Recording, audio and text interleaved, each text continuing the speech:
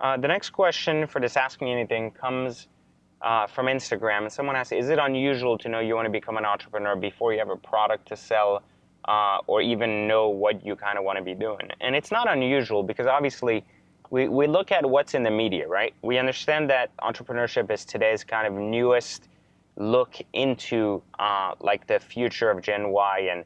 And we know that more and more entrepreneurship will be advertised as this alternative to being successful. I think that entrepreneurship is not an alternative to being successful. It is kind of a transitional path someone must take to reach a higher level of awareness to eventually be able to kind of make an impact on society and share a level of success far above and beyond what the ordinary level of success is, working a profession or being part of the system. I think it's very ordinary to kind of look at that lifestyle and look at the way even we at Secret Entourage portray entrepreneurship with that glamour and kind of with the lifestyle associated with it and say, well, I want to be an entrepreneur. It's like you're a kid and you're like, I want to be an astronaut. It's fine. There's nothing wrong with it.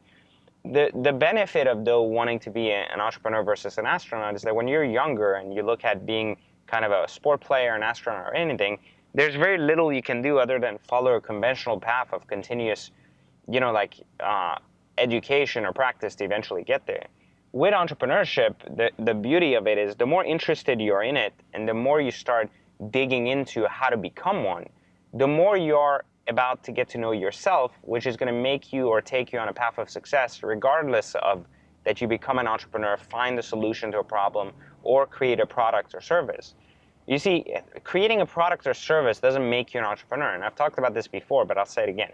Creating a product or service does not give you the title of entrepreneur. Even launching such product and service and actually having it in the marketplace making money still doesn't make you an entrepreneur. Someone who is able to become an entrepreneur, someone who's taken an idea, an innovation, something that hasn't been done before, and has been able to get it widely accepted by an audience or a market. Now, once that idea or venture or product or service has been widely accepted and has been almost integrated in over 20% of the main population, then it has now become a product that is part of the system. It is now a product that has helped facilitate what other people see as a problem.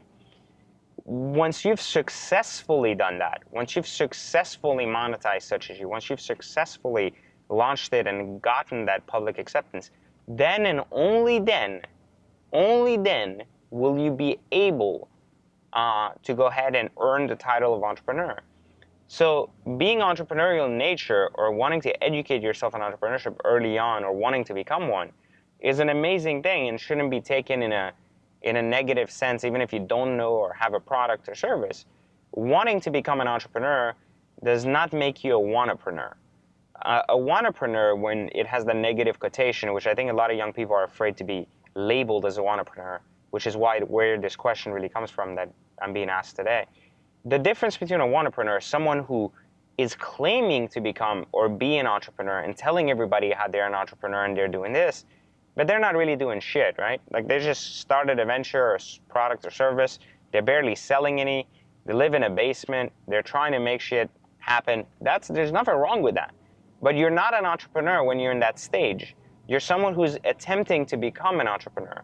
So remember, the word entrepreneur and the idea of becoming or earning that title only occurs once you're physically done and not when you're in the working stage, right? When you're going to school, you're not a graduate. You're working to become a graduate. You're working to graduate.